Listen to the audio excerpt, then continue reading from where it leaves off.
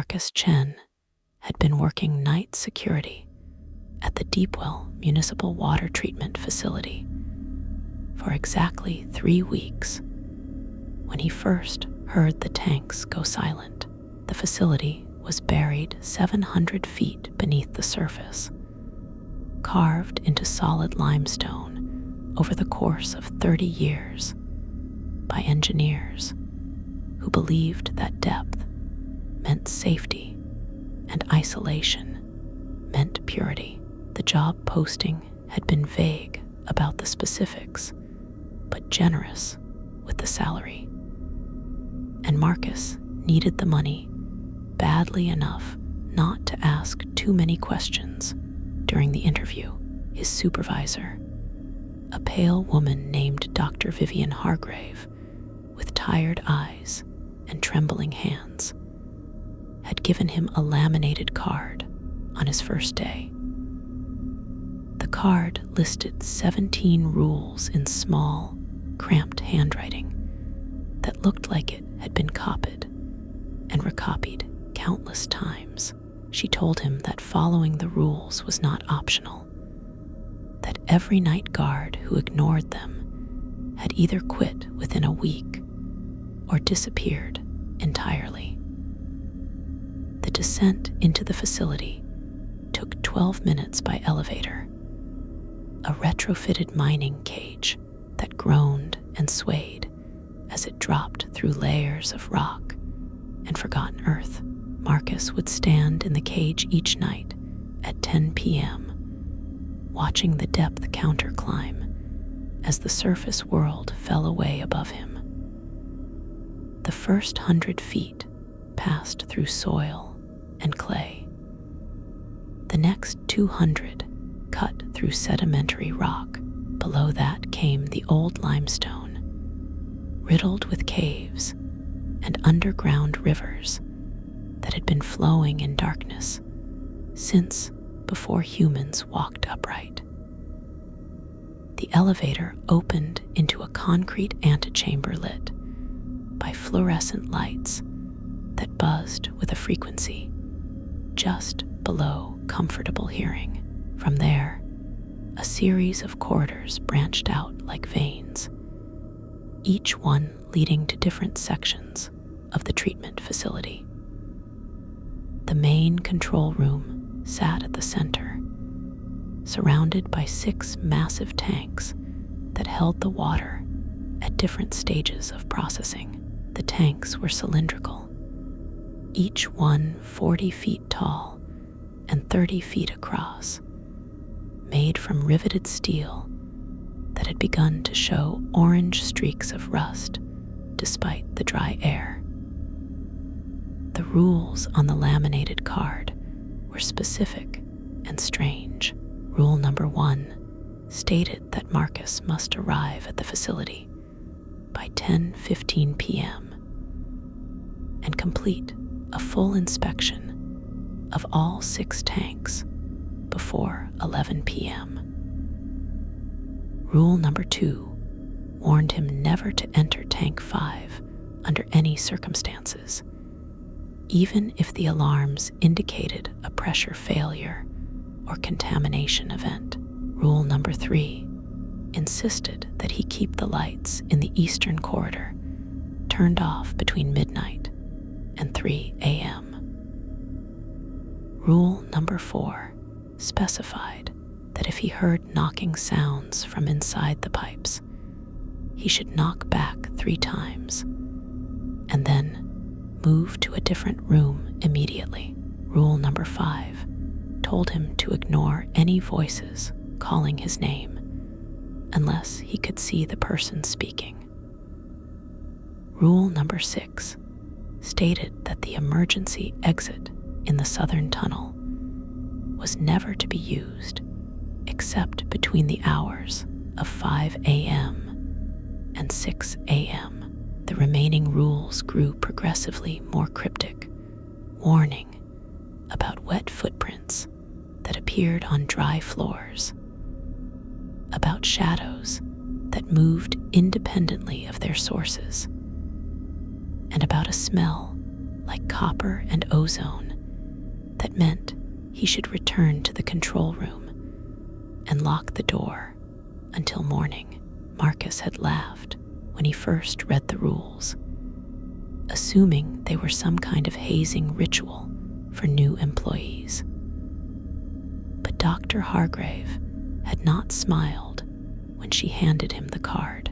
She had gripped his wrist with surprising strength and told him that the facility was old, that it had been built on something older, and that the water they processed came from places that had never seen sunlight. She explained that the previous night guard, a man named Thomas Petrie, had lasted 6 months before he stopped showing up for work. His locker was still in the break room, filled with personal effects that no one had claimed. Dr. Hargrave suggested that Marcus not open the locker or ask questions about Thomas. She said the water had to keep flowing, that the city above depended on it, and that certain accommodations had to be made to ensure the facility continued operating. When Marcus asked what kind of accommodations, she had simply pointed at the laminated card and walked away.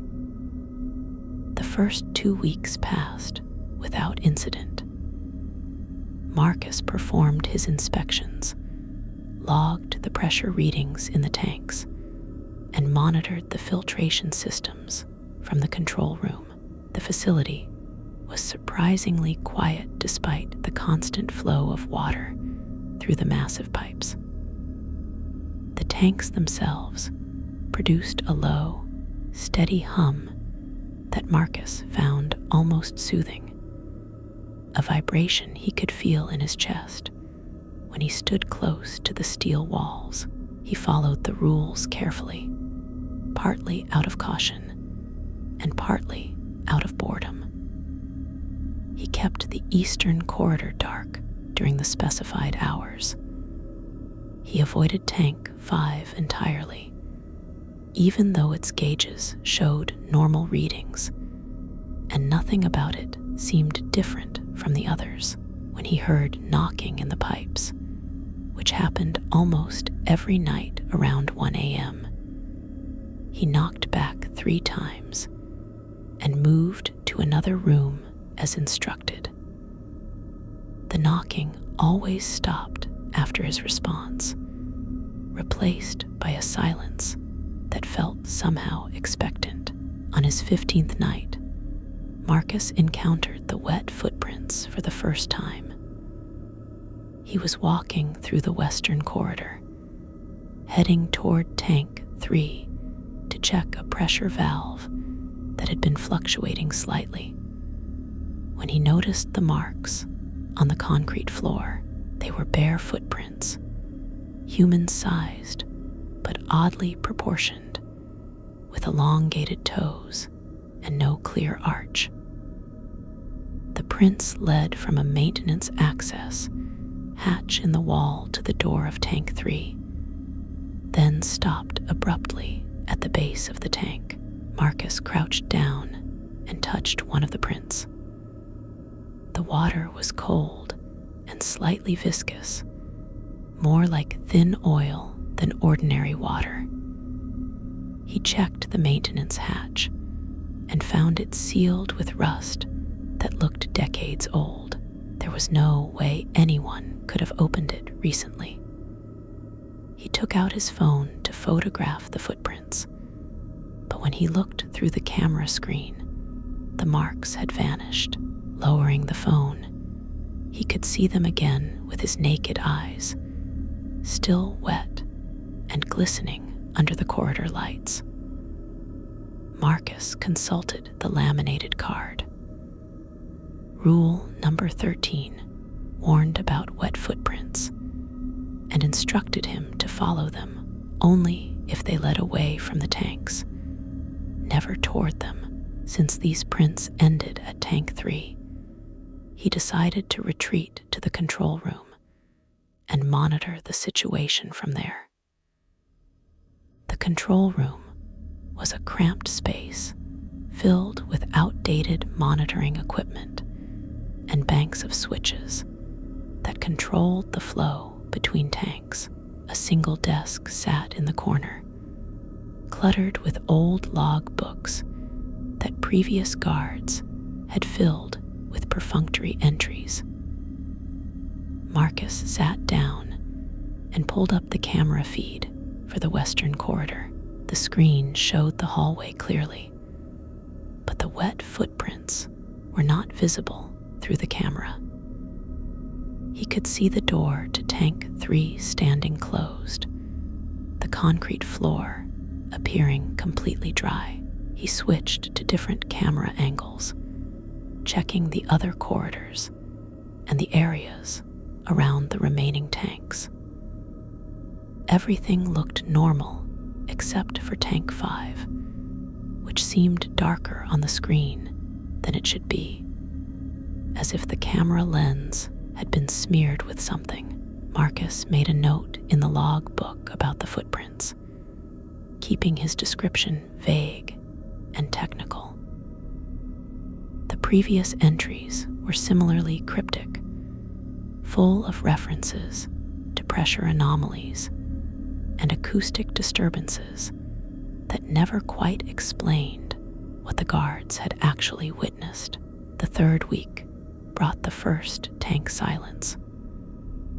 Marcus was in the middle of his inspection routine, checking the gauges on Tank 1, when he realized that the constant hum of the facility had changed.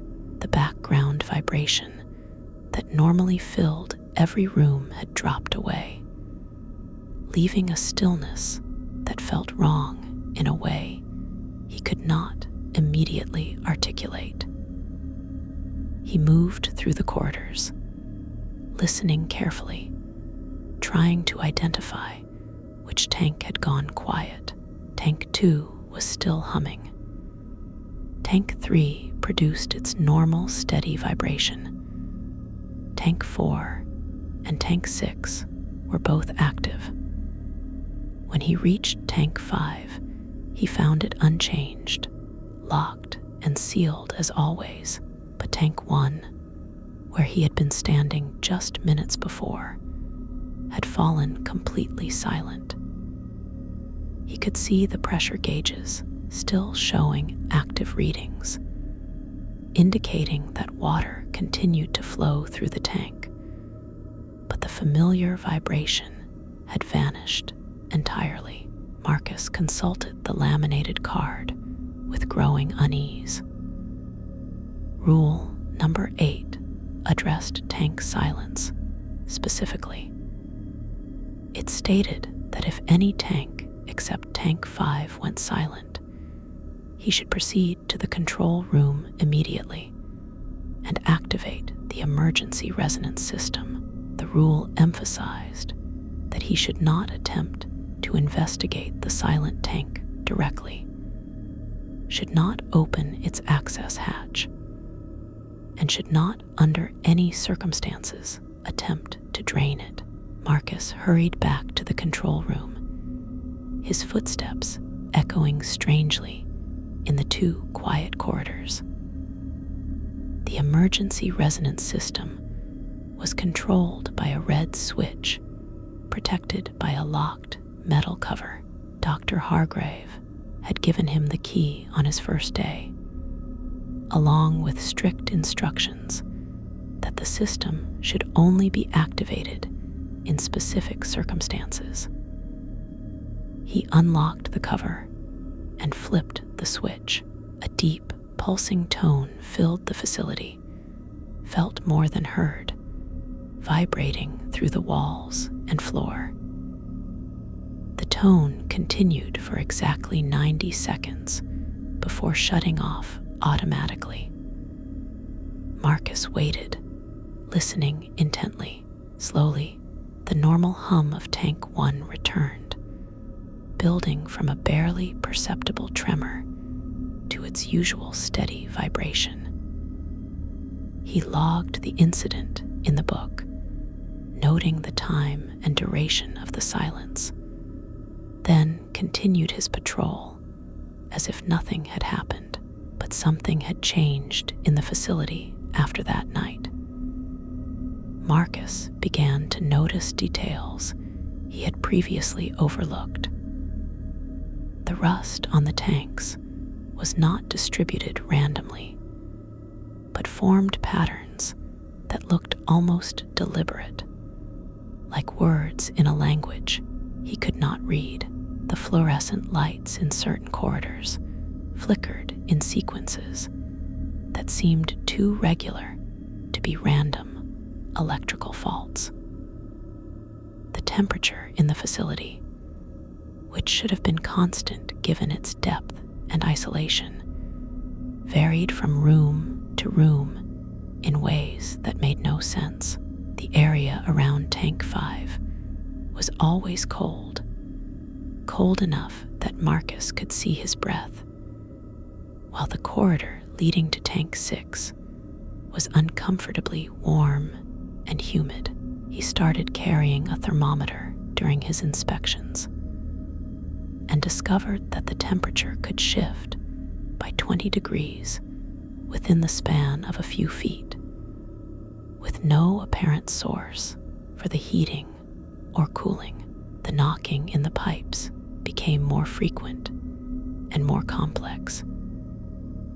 Instead of the simple patterns Marcus had heard during his first weeks, the sounds now came in elaborate sequences that reminded him of Morse code. He followed rule number 4 faithfully, always knocking back 3 times and moving to a different room. But he began to suspect that something was responding to his knocks with increasing urgency. On his 23rd night, he heard knocking that followed him from room to room, always coming from pipes just ahead of his position, as if something was tracking his movement through the facility. When he knocked back 3 times and moved away, the knocking would resume after a few seconds, closer and more insistent. He ended up spending that entire shift in the control room with the door locked, listening to the pipes rattle and clang throughout the facility. Dr. Hargrave called him during his 25th shift, her voice crackling over the ancient intercom system.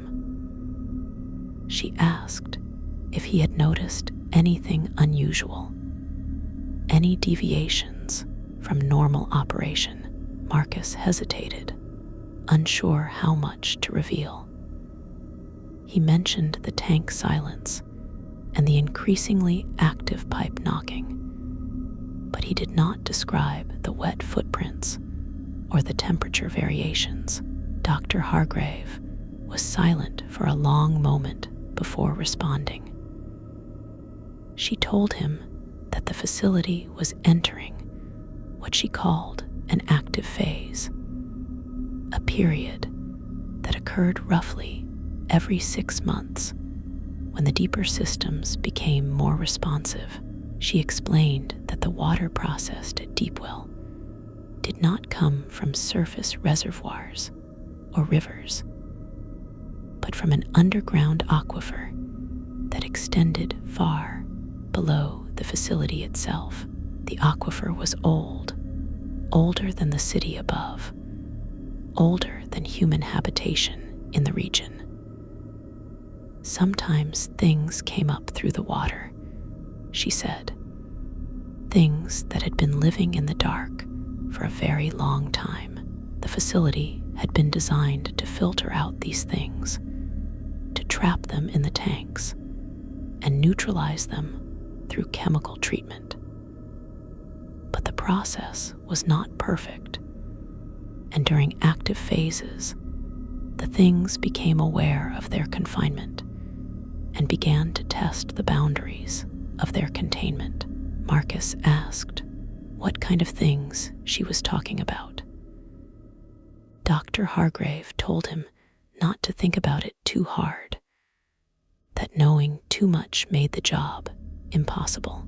She reminded him to follow the rules on the laminated card, especially the ones regarding Tank 5. She explained that Tank 5 was different from the others, that it held something that could not be filtered or treated or drained. The tank had been sealed 7 years ago after an incident she refused to describe in detail. The thing inside Tank 5 was not dead, but dormant, and it had to remain that way for the safety of everyone who worked in the facility and everyone who drank the water above. If Tank 5 ever went silent, Dr. Hargrave said, Marcus should not activate the emergency resonance system.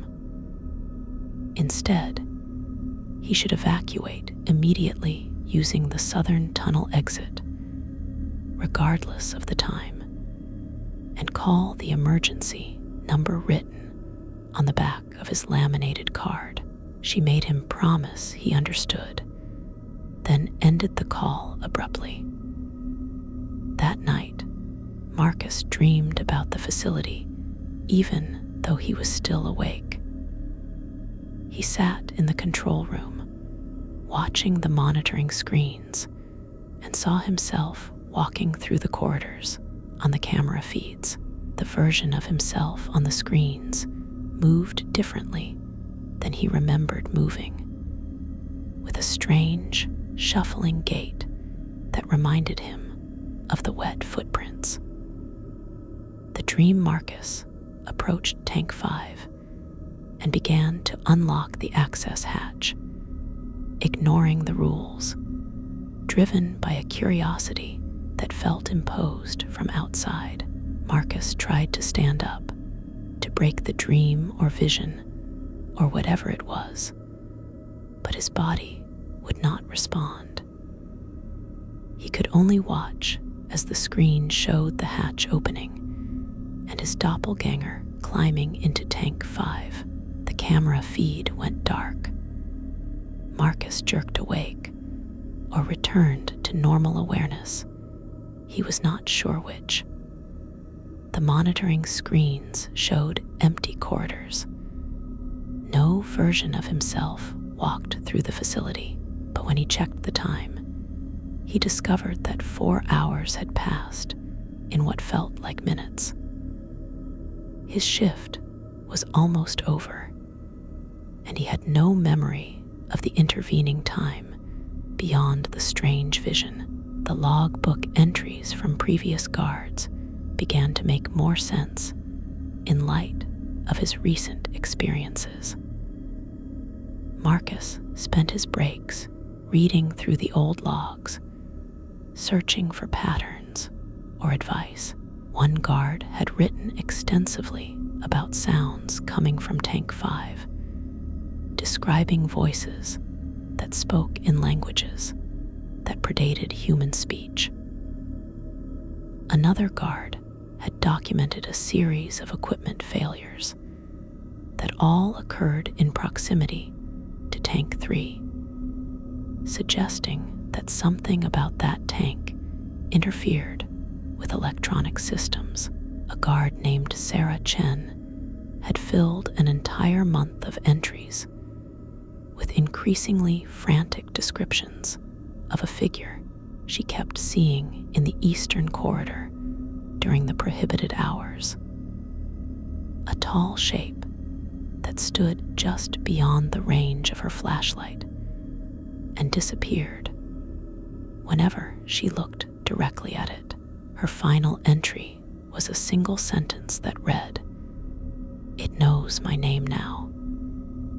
The next entry was in different handwriting, presumably a new guard taking over after Sarah disappeared or quit. Marcus found Thomas Petrie's log entries particularly disturbing. Thomas had been methodical and detailed, noting every minor deviation from normal operation with scientific precision. His early entries were dry and technical, but as the months progressed, his writing became increasingly erratic.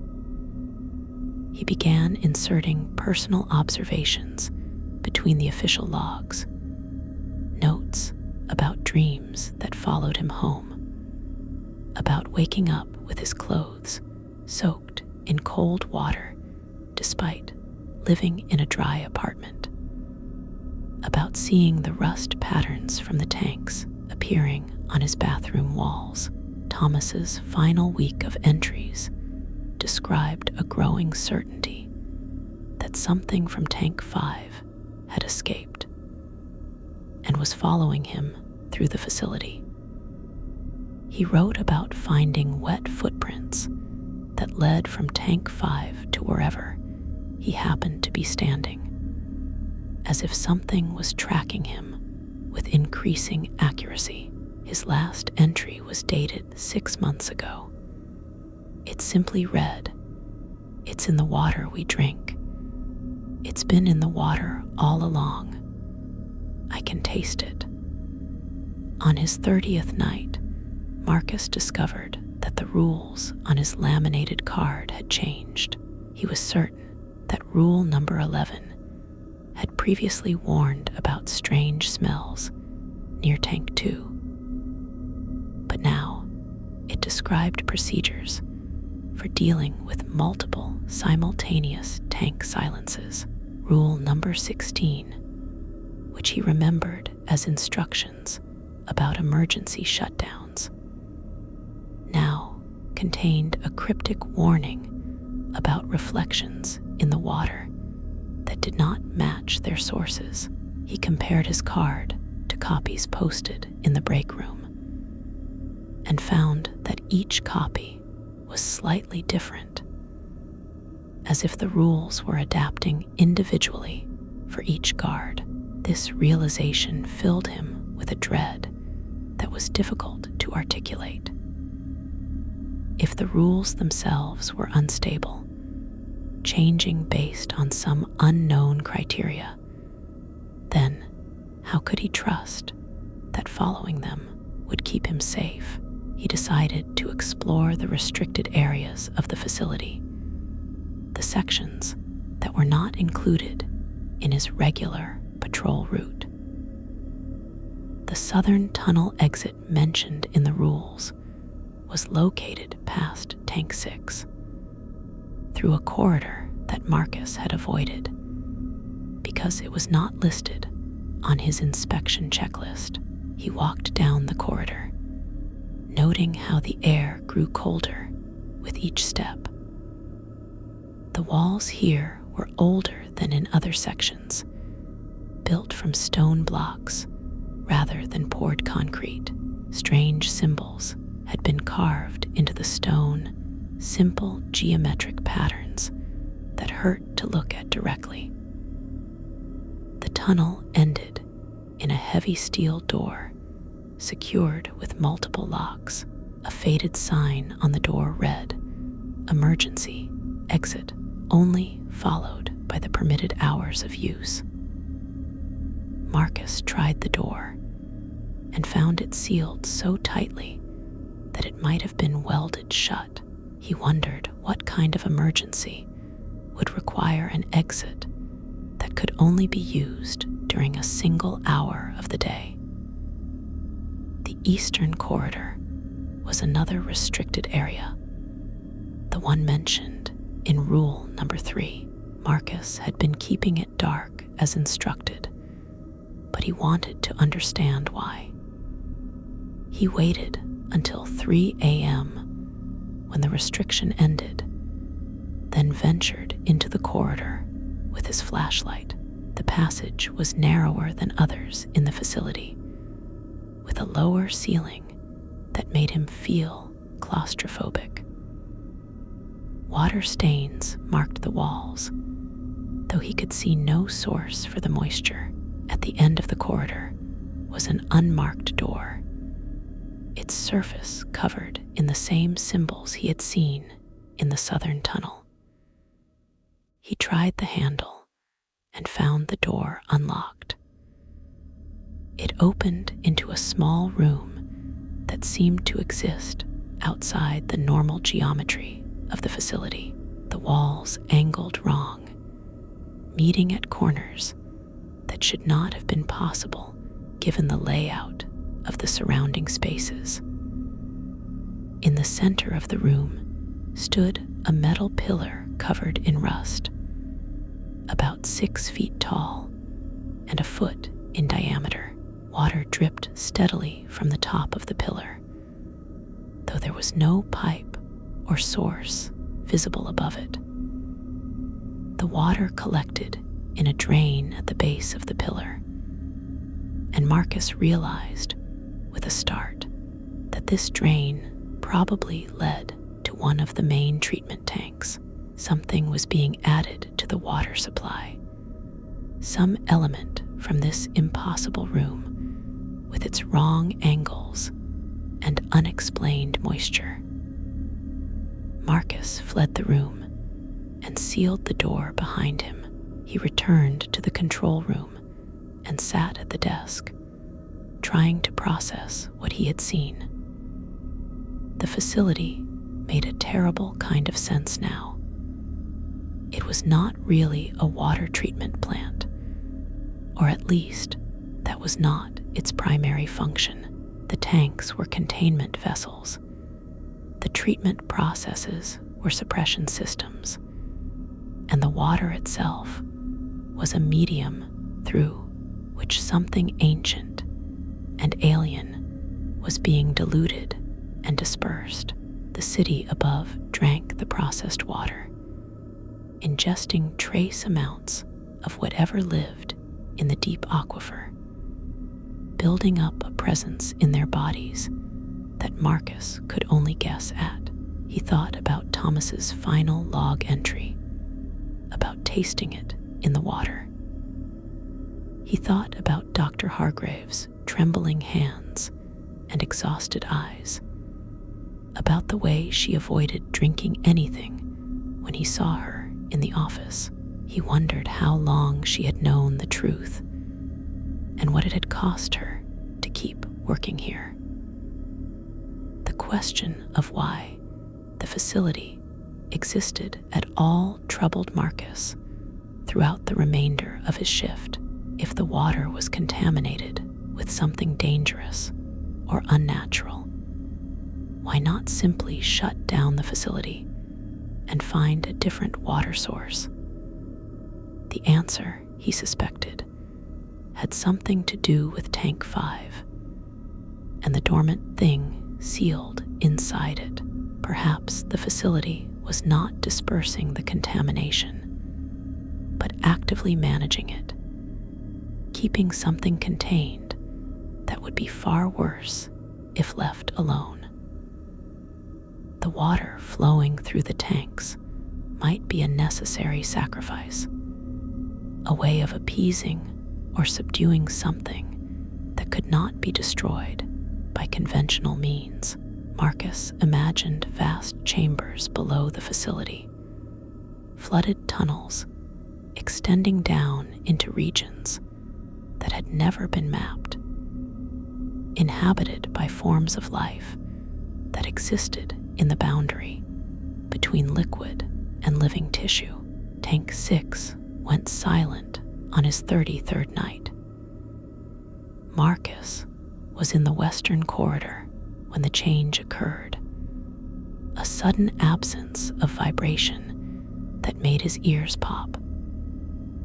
He rushed to the control room and activated the emergency resonance system as instructed.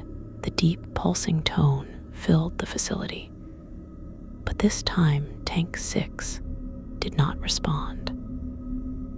The silence persisted even after the 90-second cycle completed. Marcus checked the pressure gauges and found them showing normal readings, but the tank remained quiet.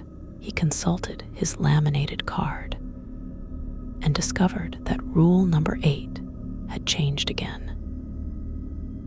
Now, it specified that if a tank failed to respond to the emergency resonance system, he should proceed to the affected tank and manually inspect the access hatch for signs of pressure breach. The rule warned that he should not open the hatch under any circumstances, but should report any unusual markings or damage to Dr. Hargrave immediately. Marcus approached Tank 6 cautiously, his flashlight cutting through shadows that seemed deeper than they should be.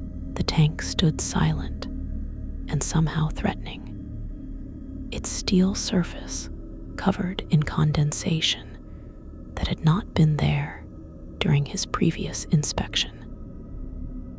The access hatch was located on the side of the tank at chest height, secured with a wheel lock that required significant force to turn. Marcus examined the hatch carefully and noticed something that made his blood run cold. The wet footprints he had seen weeks ago were present again, but this time they led from Tank 5 across the entire facility and ended at the base of Tank 6. The prints were fresh, still glistening with moisture. He followed them backward with his flashlight and confirmed that they originated from the sealed Tank 5, somehow passing through or around the locked hatch. Whatever had made the prints was no longer dormant. He called Dr. Hargrave using the emergency number on his card. She answered on the first ring, sounding wide awake despite the early hour. Marcus described the situation with Tank 6 and mentioned the footprints leading from Tank 5. Dr. Hargrave was silent for several seconds before responding. She told Marcus that an active phase had never previously involved Tank 5, that the sealed tank was supposed to be isolated from the other systems. The footprints suggested that the containment had failed or been deliberately breached from inside. She instructed Marcus to evacuate immediately using the southern tunnel exit, never mind the restricted hours, and to seal the facility entrance behind him. A specialized team would be dispatched to deal with the situation. She emphasized that he should not attempt to investigate further or interact with anything he encountered on his way to the exit. When Marcus asked what would happen to the city's water supply if the facility shut down, Dr. Hargrave told him not to worry about it, that contingency plans existed for this scenario. Her voice carried a resignation that suggested those plans were not pleasant. Marcus gathered his belongings from the control room and prepared to evacuate. As he moved through the corridors toward the southern tunnel, he became aware that the entire facility had fallen silent. All 6 tanks had stopped humming simultaneously, creating a stillness that felt suffocating in its completeness. He walked faster, resisting the urge to run, keeping his flashlight pointed ahead. The wet footprints reappeared, no longer leading from Tank 5, but instead running parallel to his own path, as if something was matching his movements step for step through invisible space. He reached the corridor with the carved symbols and found the air temperature had dropped so dramatically that frost formed on the metal pipes running along the ceiling. His breath came out in thick clouds that hung in the air longer than they should have. The southern tunnel exit was different from when he had examined it previously. The multiple locks had been opened from inside, their mechanisms twisted and deformed, as if something had forced them apart with tremendous strength. The steel door hung ajar, revealing darkness beyond that his flashlight could not penetrate. Marcus hesitated at the threshold, remembering Dr. Hargrave's instruction to seal the facility entrance behind him. But the southern exit was already open, already compromised. Something had come through, or was waiting to come through. He made a decision that felt both necessary and completely insane. Instead of evacuating, he returned to the control room to activate every safety system simultaneously, hoping that overwhelming the facility with emergency protocols might contain or suppress whatever had emerged from Tank 5. The control room looked different when he arrived. The monitoring screens now showed images that could not possibly be real.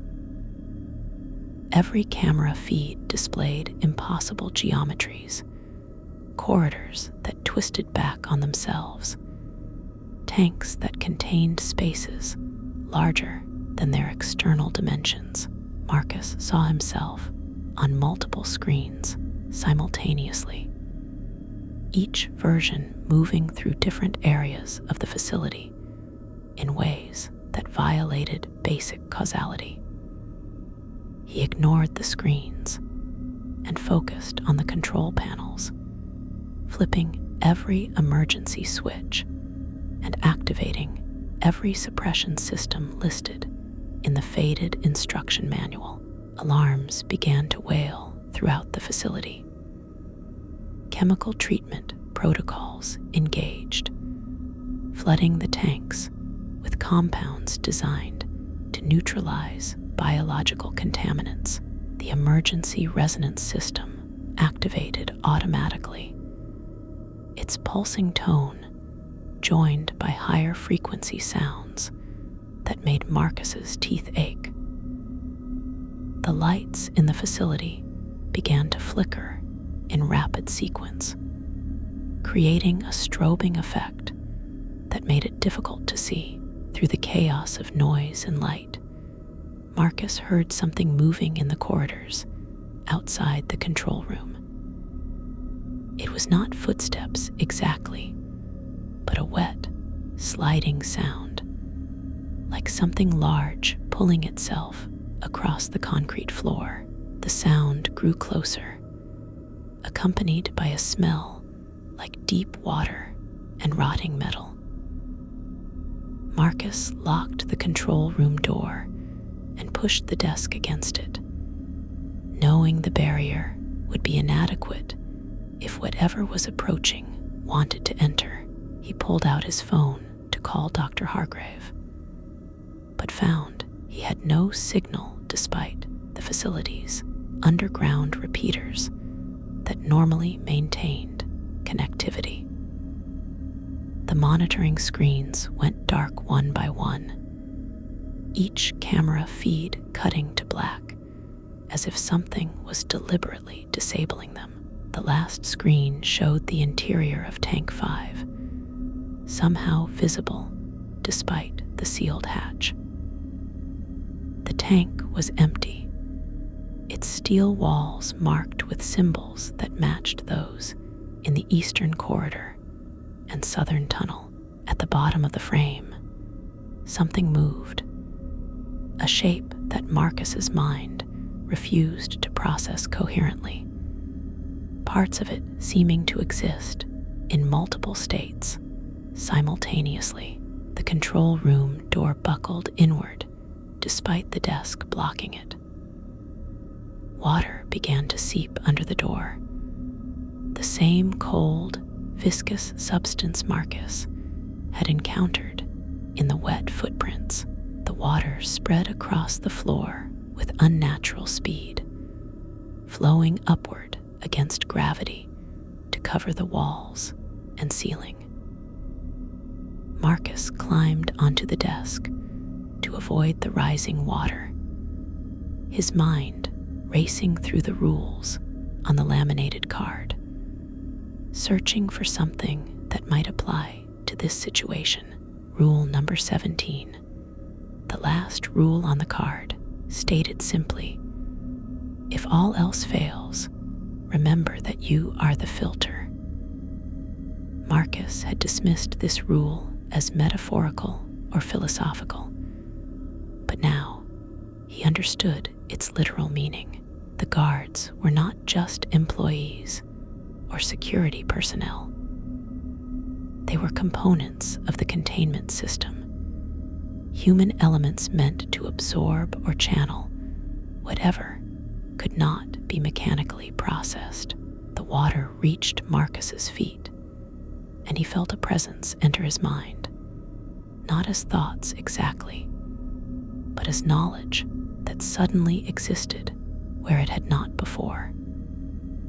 He understood that the aquifer beneath the facility was not a natural formation, but a deliberate reservoir created in an age before recorded history to contain something that had fallen or been cast down from higher regions of existence. The water was a medium of imprisonment, constantly flowing to prevent the thing from achieving coherent form. The facility had been built as a modern interface for an ancient system, a way of maintaining the containment while also serving the practical needs of the city above. The guards who worked the night shifts were selected for specific qualities that made them compatible with the facility's deeper functions. Some guards, like Sarah Chen, were consumed by the system when they proved inadequate. Others, like Thomas Petrie, escaped but carried the contamination with them into the world above. Marcus was being offered a choice that was not really a choice. He could accept his role as a filter, allowing the presence to flow through him in controlled amounts, or he could resist and be discarded like the others who failed. He thought about the city above, about millions of people drinking water that carried traces of something beyond human comprehension. He thought about Dr. Hargrave and the other day staff who maintained the facility's operation, all of them complicit in a system they could not escape or change. He thought about the symbols carved in stone, about the room with wrong angles, about the sealed Tank 5 that had never really been sealed at all. The presence in the water intensified, pushing against his consciousness with increasing force. Marcus felt his sense of self beginning to dissolve, his memories and identity flowing outward like water through a broken dam. He grabbed the laminated card and read through the rules one final time, noticing details he had missed before. Each rule was a focusing technique, a way of maintaining human consciousness while interfacing with the inhuman. By following the rules, guards trained themselves to hold boundaries, to remain distinct from the flow while still channeling it. Marcus began to recite the rules aloud, using them as a framework to rebuild his fragmenting awareness. He spoke each rule clearly despite the water now covering his mouth and nose. The presence seemed to recoil slightly at each word, as if the rules themselves carried some protective power. He realized that language was a form of structure, that naming and describing created boundaries that the formless could not easily cross. The rules had been written and rewritten by generations of guards, each version adapted to individual needs, but all serving the same essential function: maintaining human order in a space designed to contain the orderless. Marcus continued reciting, moving beyond the 17 rules on his card to improvise new ones based on his experiences. Rule number 18. When the tanks speak in voices that sound like loved ones, recognize the echo for what it is. Rule number 19. The rust patterns are not messages, but attempts at messages, incomplete translations from languages that cannot fully exist in linear time. Rule number 20.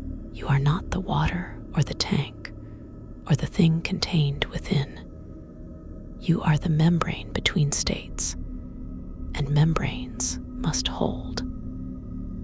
The water began to recede, flowing back under the door and away from the control room. The pressure on Marcus's consciousness eased, though he could still feel the presence at the edges of his awareness. He understood that he had not defeated or expelled it, but had simply established a functional relationship, a boundary that both sides could recognize and respect. The monitoring screens flickered back to life, showing normal views of the facility's corridors and tanks. The emergency alarms fell silent. One by one, the tanks resumed their steady humming, the familiar vibration returning to fill the spaces between walls. Tank 5 remained silent, but now Marcus understood that its silence was proper, a necessary absence rather than a threatening void. He moved the desk away from the door and unlocked it, stepping out into corridors that looked unchanged, but felt fundamentally different. Marcus completed the remainder of his shift according to normal procedures, logging the emergency situation and subsequent stabilization in the record book. His entry was brief and technical, matching the style of previous guards who had faced similar crises. When Dr. Hargrave called at 6 a.m. to check on the situation, Marcus reported that the active phase had peaked and subsided, that all systems were now operating within acceptable parameters. She asked if he intended to continue working at the facility. Marcus surprised himself by saying yes. He had crossed some threshold that made leaving impossible, not because he was trapped, but because he had become part of the containment infrastructure in a way that could not be easily undone. Dr. Hargrave sounded unsurprised. She told him that a new laminated card would be prepared for him, one that reflected his increased integration with the facility's deeper functions. The elevator ride to the surface took 12 minutes as always, but Marcus experienced the time differently now. He could feel the layers of rock passing around the cage, could sense the water flowing through hidden channels in the limestone. The aquifer was vast beyond his previous comprehension, extending not just below the facility, but outward in all directions. A web of liquid confinement that underlay the entire region. Other facilities existed, he realized. Other points where the containment system interfaced with human infrastructure. Guards worked night shifts in all of them, each one maintaining their section of the boundary, each one serving as filters for the slow, constant seepage that could never be completely stopped. The city above functioned because people like Marcus were willing to stand in the deep places and hold back the water that was more than water. He emerged into early morning sunlight, feeling exhausted in ways that sleep would not fix. His apartment was a short drive from the facility entrance, a nondescript building that might have been anywhere. Marcus showered for a long time, watching clear water run over his skin and wondering what invisible elements it carried. He could taste something in the water now, a faint mineral quality that he had never noticed before. It was not unpleasant exactly, just present, a reminder that everything was connected to everything else through systems, both visible and hidden. He dressed in clean clothes and sat by the window, looking out at the city as it woke up. Somewhere below all of it, water flowed through ancient channels, carrying its burden of suppressed presence, diluted and dispersed into millions of individual glasses and bottles and cups. People drank it without thinking, ingesting tiny fractions of something that existed in the spaces between definitions. Marcus slept through most of the day, his dreams filled with the sound of water moving through pipes and tanks. When he woke in the late afternoon, he found that his laminated card had changed again. Rule number 21 appeared at the bottom, written in his own handwriting, though he had no memory of adding it. The rule stated, "You are part of the filter now. The water remembers what flows through it, and you will carry traces of the deep places with you. This is not a curse, but a responsibility. Maintain the boundaries. Hold the membrane. Do not let the surface forget that it rests upon depths." Marcus put the card in his pocket and prepared for his next shift. He made dinner, packed his lunch, checked his equipment. The routine felt important, a way of asserting normalcy in the face of accumulated strangeness. That night, as the elevator descended through rock and earth, Marcus reviewed everything he had learned. The facility was a containment system managing something that predated human civilization. The water was both medium and method, a way of diluting presence while also maintaining imprisonment. The tanks served as processing chambers, where whatever came up from the deep aquifer was broken down and dispersed into forms that could be safely integrated into the city's infrastructure. The guards were human components of this system, selected and trained to maintain boundaries that machines alone could not hold. The rules were not arbitrary safety guidelines, but evolved techniques for preserving sanity and function while interfacing with the functionally insane.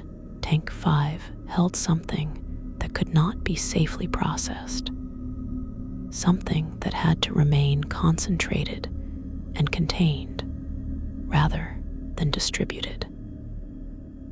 The active phases occurred when the thing in Tank 5 became aware enough to test its containment, sending fragments of itself through the other tanks in attempts to achieve escape velocity. Marcus arrived at the control room and began his inspection routine. The facility felt different now that he understood its true nature. The rust patterns on the tanks were attempts at communication from whatever lived in the water, incomplete messages that human consciousness could only partially interpret. The temperature variations reflected the presence or absence of concentrated containment, areas where the thing pressed closer to breakthrough, or where suppression systems had temporarily succeeded in pushing it back down. The wet footprints were manifestations of the thing attempting to achieve physical form, using water as a substrate for creating something like a body.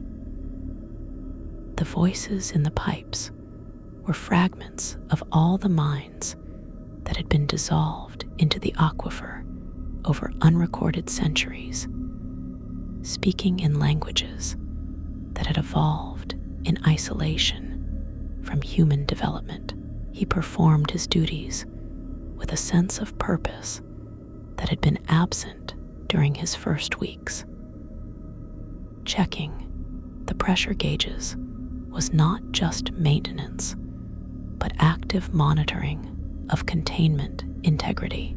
Logging temperature readings provided data about the thing's activity levels and attempts to concentrate itself. Following the rules was a form of meditation, a way of maintaining the mental clarity necessary to function as a filter without being overwhelmed by what flowed through him. Marcus understood that he would never be normal again, that accepting this job had altered something fundamental in his relationship to reality. But he also recognized that someone had to do this work, that the city above could not exist without people willing to descend into the deep places and maintain the ancient systems that held chaos at bay. The weeks that followed established a new pattern. Marcus became more sensitive to the facility's rhythms, able to anticipate active phases and respond to containment breaches before they escalated. He learned to read the rust patterns, not as language exactly, but as indicators of pressure and intention. He developed a sense for when Tank 5 was approaching awareness, when the thing inside was gathering itself for another test of the boundaries. During these periods, he spent more time in the eastern corridor room, standing by the impossible pillar that dripped its constant addition to the water supply. He realized that the pillar was a counterweight, adding something to the water that balanced or neutralized the contamination from the aquifer. What dripped from the pillar was not water, but condensed human consciousness, distilled from the guards who had served before him and willingly contributed portions of themselves to the containment system. Dr. Hargrave visited the facility one night during his second month, descending in the elevator to speak with Marcus in person. She looked older than he remembered, the exhaustion in her eyes having deepened into something like resignation. She asked him how he was managing, if the integration process had been too difficult. Marcus told her the truth, that it was difficult, but not impossible, that he felt he was beginning to understand his role and accept its necessities. Dr. Hargrave nodded slowly. She explained that the facility would continue operating as long as guards like Marcus were willing to work here. But she acknowledged that the cost was high and the rewards mostly invisible. She told him that his name would be added to the records, the long list of people who had maintained the containment across generations. When she died, which she expected would be soon, someone else would take over the day management, and the work would continue.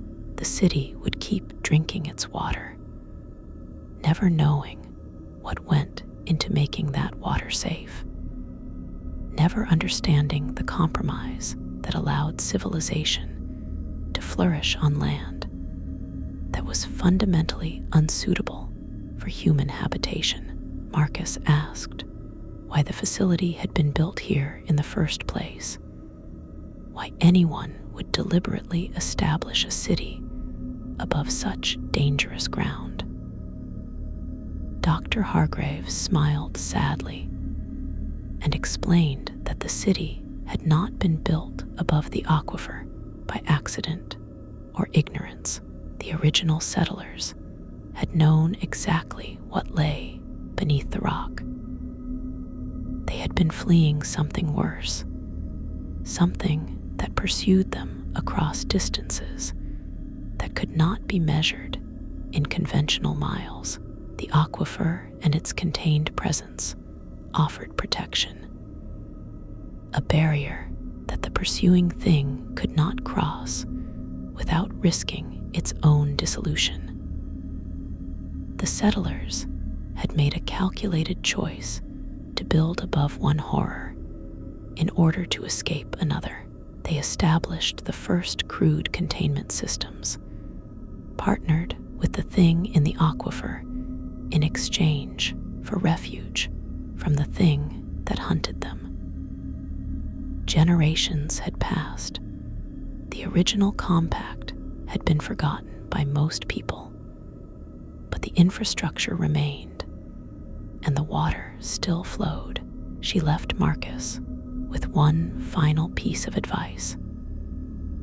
She told him that he should never attempt to drain Tank 5 or destroy the facility, that doing so would release the contained presence in concentrated form rather than dispersed dilution. The thing in the aquifer was manageable only because it was spread across vast volumes of water and processed through multiple containment stages. If it ever achieved focused manifestation, if it was allowed to gather itself completely, it would be something that no human system could contain or resist. The facility existed in a state of permanent containment, a holding action that could never fully succeed, but must never be allowed to fail. Marcus understood that his job was essentially eternal, not in the sense that he personally would work here forever, but that the work itself could never be completed or concluded. There would always be another shift, another inspection, another active phase to manage. The night shifts became Marcus's entire existence. He slept during the day, lived underground after dark, and gradually lost his connections to the surface world. Friends stopped calling when he repeatedly declined invitations. His family accepted vague explanations about important infrastructure work that required his full attention. He found that he preferred it this way, that maintaining relationships with people who lived entirely on the surface felt increasingly impossible. How could he explain what he did or why it mattered? How could he describe the weight of knowing that millions of people depended on his willingness to stand between them and something they could never comprehend? The isolation was part of the job, an unwritten rule that all long-term guards eventually internalized. He began to recognize patterns in the logbooks that previous guards had left behind. Certain names appeared repeatedly across decades. Guards who had worked at the facility for years before finally departing or disappearing. Marcus found himself wondering what had happened to them, whether they had successfully transitioned back to normal life or carried the contamination with them. Like Thomas Petrie, he discovered a hidden section of the facility during his 3rd month, a storage room filled with personal effects from guards who had never retrieved their belongings. The room contained dozens of lockers, each one filled with ordinary items that had become strange through association with this place. Clothing that smelled like deep water even after years in storage. Notebooks filled with diagrams of the tank systems and increasingly abstract symbols. Photographs of people whose faces seemed to fade when viewed in dim light. Marcus understood that he was looking at evidence of lives that had been permanently altered by contact with the facility's deeper functions.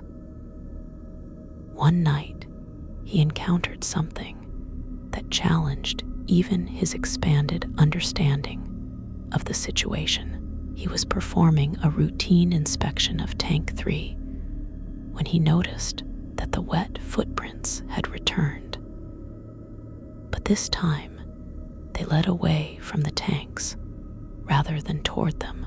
Following rule number 13, he decided to track the prints to their destination. They led him through corridors he had explored before, past the eastern corridor and the southern tunnel, ending at a section of wall that looked no different from any other. But when Marcus placed his hand against the concrete, he felt vibration that suggested empty space beyond. He searched for a seam or hatch and eventually found a hidden panel that opened when pressed in a specific sequence. Beyond the panel was a chamber that did not appear on any schematic of the facility. The chamber was circular, about 20 feet across, with walls carved from solid rock rather than built from concrete. In the center stood 7 stone pillars arranged in a circle, each one inscribed with symbols that hurt to look at directly. The air in the chamber was colder than anywhere else in the facility, cold enough that ice had formed on the floor and walls. Marcus entered cautiously, his flashlight beam catching strange reflections from the ice. He realized that the frozen patterns contained images, scenes from times and places that felt both ancient and somehow ongoing. He saw cities built from materials that did not exist, inhabited by shapes that resembled humanity only in their general bilateral symmetry. He saw vast floods that covered entire continents, water rising from below rather than falling from above. He saw the thing in the aquifer when it had possessed form and intention, before it was broken and dispersed into the containment system. The images suggested that the facility was not just managing a local anomaly, but maintaining a seal on something that threatened reality at a fundamental level. Marcus fled the chamber and sealed the hidden panel behind him. He returned to the control room and spent the rest of his shift trying to process what he had seen. The facility was larger and older than official records indicated. The modern equipment and safety systems were recent additions to infrastructure that extended back centuries or millennia. The chamber with 7 pillars was likely the original containment site, the place where the thing had first been bound and imprisoned. The tanks and treatment processes were secondary systems built to manage the slow leak that occurred even through the strongest bindings. Everything Marcus had learned about the facility was simultaneously true and inadequate surface-level information that concealed depths he was only beginning to perceive. He called Dr. Hargrave and described what he had found.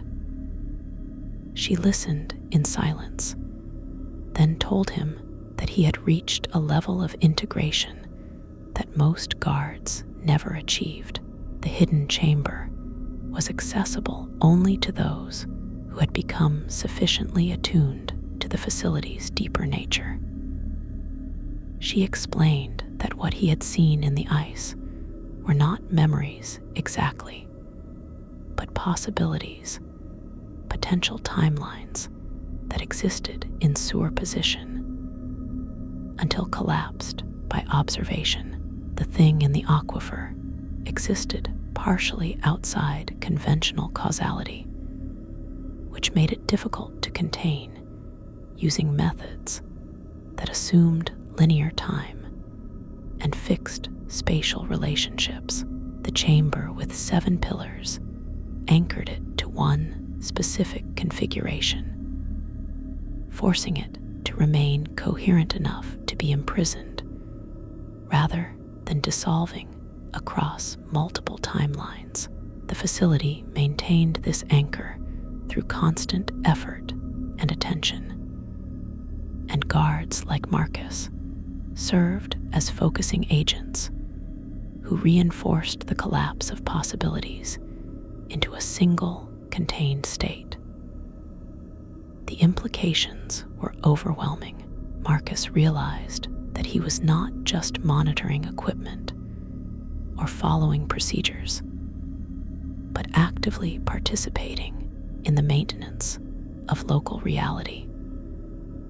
Every shift he worked contributed to keeping the thing in the aquifer fixed in one state, rather than allowing it to branch across infinite variations. The rules on his laminated card were techniques for maintaining focused consciousness in the face of ontological instability. The active phases occurred when the thing attempted to spread itself across multiple timelines, probing for weak points in the containment. By following the rules and maintaining his sense of self, Marcus prevented the thing from achieving the dispersal that would make it effectively omnipresent. The work was literally holding reality together in this specific region of space and time. He continued working his shifts with a new appreciation for the stakes involved. Every gauge he checked, every log entry he made, every rule he followed contributed to a structure of attention that kept chaos contained. The facility was a machine built from stone and steel and human consciousness, all 3 elements necessary for its function. Remove any one component, and the entire system would collapse. Marcus understood that he could never leave this job in any meaningful sense. Even if he stopped physically coming to the facility, he would remain connected to it through the integration that had occurred. Part of him now existed in the water, dissolved into the containment system, serving as a permanent filter for what tried to flow through. He had become infrastructure, as essential and impersonal as the pipes and tanks. The city above continued its normal operations, unaware of the struggle occurring in the deep places beneath its streets. People woke up, went to work, lived their lives, drinking water that carried trace amounts of contained chaos. Marcus sometimes wondered if the subtle influence of the contaminated water affected human behavior, if the strange dreams and inexplicable impulses that people experienced could be traced back to the thing in the aquifer. Perhaps the facility was not preventing contamination, but managing it, keeping it diluted enough that its effects remained below the threshold of conscious awareness. Perhaps everyone who drank the water became slightly less themselves and slightly more part of the distributed presence that Marcus worked to contain. The thought was disturbing, but also strangely comforting. If contamination was inevitable, then at least the facility ensured it remained survivable. Marcus developed rituals that helped him maintain stability across shifts. Before descending in the elevator, he would stand at the surface entrance and breathe deeply, filling his lungs with air that contained no trace of the deep places. During his inspection rounds, he would touch the walls of the facility, feeling the solid concrete and steel, reminding himself that physical reality still existed and could be trusted in most contexts. At the end of each shift, he would write a brief personal note in the margin of the logbook, something trivial and human that served as an anchor point. His favorite meal, the weather at the surface, a song he remembered from before. These notes were not for anyone else to read, but for himself, markers of continuity that helped him remember he was still Marcus Chen and not just a component of the containment system. The facility continued its eternal operation, humming through the night while Marcus watched over the tanks and followed the rules. He knew that eventually he would be replaced by another guard, someone who would find his name in the old logbooks and wonder what had happened to him. The cycle would continue, generation after generation, as long as the city above required water and the thing in the aquifer remained contained. It was not the future Marcus had imagined for himself when he accepted the job, but it was the future he had earned through his choices and his willingness to descend into the deep places. He was night security at an underground water treatment plant, and there were rules for when the tanks went silent. Following those rules was the most important work in the world, even though no one would ever know he had done it.